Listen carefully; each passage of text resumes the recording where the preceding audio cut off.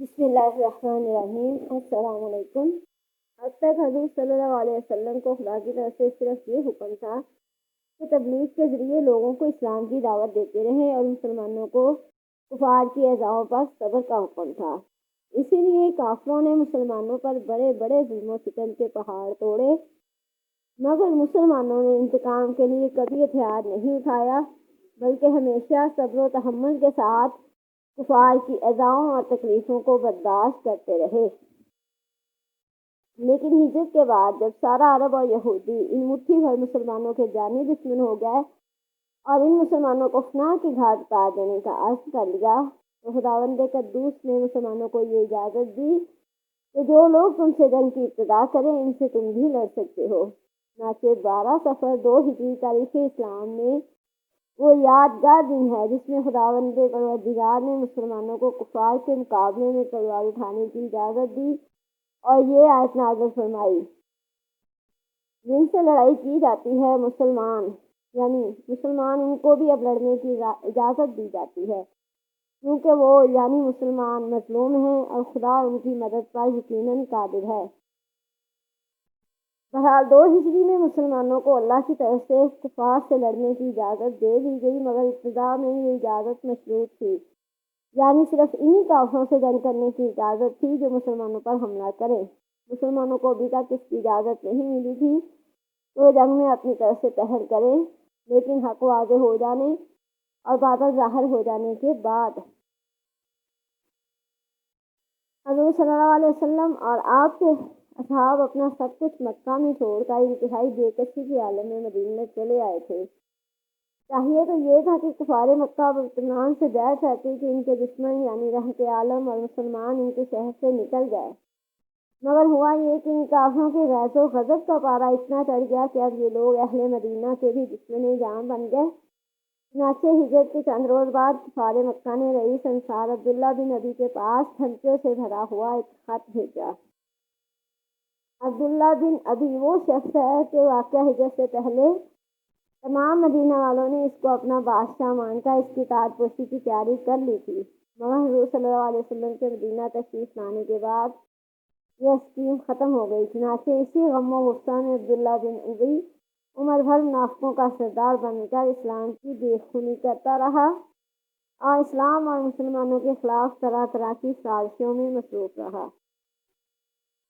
بہرحال کفار مکہ نے اس دشمن اسلام کے نام جو خط لکھا، اس کا مضمون یہ تھا: تم نے ہمارے آدمی محمد صلی اللہ علیہ وسلم کو اپنے یہاں پناہ دے رکھی ہے، ہم خدا کی قسم کھا کر کہتے ہیں یا تو تم لوگ ان کو قتل کر دو یا مدینہ سے نکال دو، ورنہ ہم سب لوگ تم پر حملہ کر دیں گے اور تمہارے تمام لڑنے والے جوانوں کو قتل کر کے تمہاری عورتوں پر تصرف کریں گے۔ جب حضور صلی اللہ علیہ وسلم کو کفار مکہ کے اس تہدید آمیز اور خوفناک خط کی خبر معلوم ہوئی تو آپ نے عبداللہ بن ابی سے ملاقات فرمائی اور ارشاد فرمایا، کیا تم اپنے بھائیوں اور بیٹوں کو قتل کرو گے؟ چونکہ اکثر انصار دامن اسلام میں آ چکے تھے، اس لیے عبداللہ بن ابی نے اس نکتے کو سمجھ لیا اور کفار کے حکم پر عمل نہیں کر سکا۔ ٹھیک اسی زمانے میں حضرت سعد بن معاذ جو قبیلہ اوس کے سردار تھے، عمرہ کرنے کے لیے مدینہ سے مکہ گئے اور پرانے تعلقات کی بنا پر امیہ بن خلف کے مکان پر قیام کیا۔ جب امیہ ٹھیک دوپہر کے وقت ان کو ساتھ لے کر طواف کعبہ کے لیے گیا تو اتفاق سے ابو جہل سامنے آ گیا اور ڈانٹ کر کہا، اے امیہ، یہ تمہارے ساتھ کون ہے؟ امیہ نے کہا، یہ مدینہ کے رہنے والے سعد بن معاذ ہیں۔ یہ سن کر ابو جہل نے تڑپ کر کہا، تم لوگوں نے بے دھرموں محمد صلی اللہ علیہ وسلم اور صحابہ کو اپنے یہاں پناہ دی ہے، خدا کی قسم اگر تم امیہ کے ساتھ میں نہ ہوتے تو بچ کر واپس نہیں جا سکتے تھے۔ حضرت سعد بن معاذ نے بھی انتہائی جرأت اور دلیری کے ساتھ یہ جواب دیا کہ اگر تم لوگوں نے ہم کو کعبہ کی زیارت سے روکا تو ہم تمہاری شام کی تجارت کا راستہ روک دیں گے۔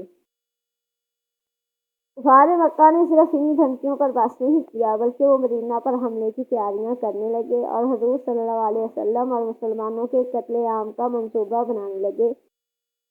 چنانچہ حضور صلی اللہ علیہ وسلم راتوں کو جاگ جاگ کر بسر کرتے تھے اور صحابہ کرام آپ پر پہرا دیا کرتے تھے۔ کفار مکہ نے سارے عرب پر اپنے اثر و رسوخ کی وجہ سے تمام قبائل میں یہ آگ بھڑکا دی تھی کہ مدینہ پر حملہ کر کے مسلمانوں کو نیست و نابود کرنا ضروری ہے۔ ان وجوہات کی موجودگی میں ہر عقل کو یہ کہنا ہی پڑے گا کہ ان حالات میں حضور صلی اللہ علیہ وسلم کو حفاظت خود اختیاری کے لیے کچھ نہ کچھ تدبیر کرنی ضروری ہی تھی تاکہ انصار و مہاجرین خود اپنی زندگی کی بقا اور سلامتی کا سامان کر سکیں۔ کفار مکہ کے خطرناک ارادوں کا علم ہو جانے کے بعد حضور صلی اللہ علیہ وسلم نے اپنی اور صحابہ کی حفاظت خود اختیاری کے لیے 2 تدبیروں پر عمل درآمد کا فیصلہ کیا۔ جنگ طائف سرایہ، یعنی جن لشکروں کے ساتھ حضور صلی اللہ علیہ وسلم تشریف نہیں لے کے گئے، ان کی تعداد بعض مورخین کے نزدیک 47 اور بعض کے نزدیک 56 ہے۔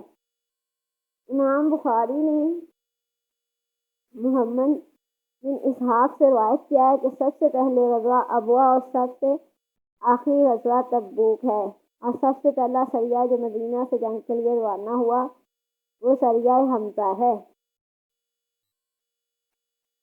ہجرت کے بعد تقریباً کل زمانہ غزوات یا سرایہ کے اہتمام و انتظام میں گزرا، اس لیے اگر غزوات کی کم تعداد جو روایت میں آئی ہے یعنی 19 اور سرایہ کی کم سے کم تعداد جو روایتوں میں ہے یعنی 47 مار کر لی جائے تو 9 سال میں حضور صلی اللہ علیہ وسلم کو چھوٹی بڑی 66 لڑائیوں کا سامنا کرنا پڑا۔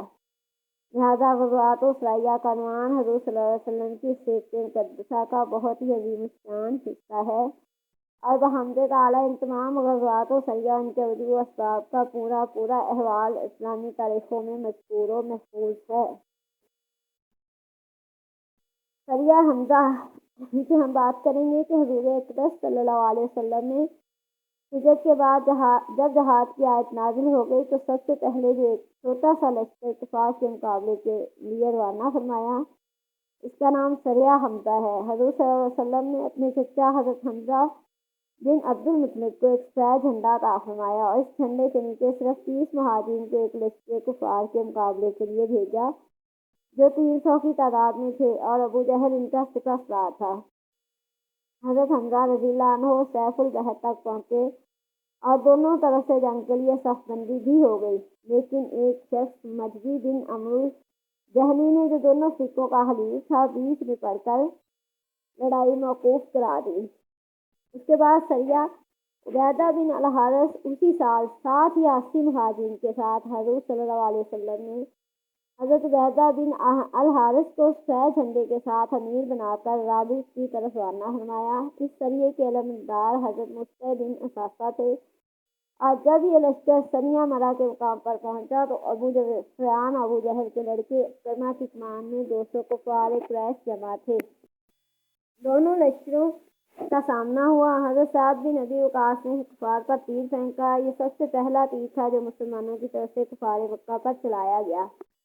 حضرت سعد بن ابی وقاص نے کل 8 تیر پھینکے اور ہر تیر نشانے پر ٹھیک بیٹھا۔ کفار ان تیروں کی مار سے گھبرا کر فرار ہو گئے، اس لیے کوئی جنگ نہیں ہوئی۔ اسی سال ماہ ذوالقعدہ میں حضرت سعد بن ابی وقاص کو 20 سواروں کے ساتھ حضور صلی اللہ علیہ وسلم نے اس مقصد سے بھیجا تاکہ یہ لوگ کفار قریش کے ایک لشکر کا راستہ روکے۔ اس سریے کا جھنڈا بھی سفید رنگ کا تھا۔ حضرت مقداد بن اسود اس لشکر کے علمبردار تھے۔ یہ لشکر راتوں رات سفر کرتے ہوئے جب 5ویں دن مقام فرار پر پہنچا تو پتہ چلا کہ کفار ایک دن پہلے ہی فرار ہو چکے ہیں، اس لیے کسی تصادم کی نوبت نہیں آئی۔ غزوہ ابو، اس غزوہ کو غزوہ ودان بھی کہتے ہیں، یہ سب سے پہلا غزوہ ہے، یعنی پہلی مرتبہ حضور صلی اللہ علیہ وسلم جہاد کے ارادے سے ماہ صفر سن 2 ہجری میں 60 مہاجرین کو اپنے ساتھ لے کر مدینہ سے باہر نکلے۔ حضرت سعد بن عبادہ رضی اللہ عنہ کو مدینہ میں اپنا خلیفہ بنایا اور حضرت حمزہ کو جھنڈا دیا اور مقام ابوا تک کفار کا پیچھا کرتے ہوئے تشریف لے گئے، مگر کفار فرار ہو چکے تھے، اس لیے کوئی جنگ نہیں ہوئی۔ ابوا مدینہ سے 80 میل دور ایک گاؤں ہے جہاں حضور صلی اللہ علیہ وسلم کی والدہ ماجدہ حضرت آمنہ کا مزار ہے۔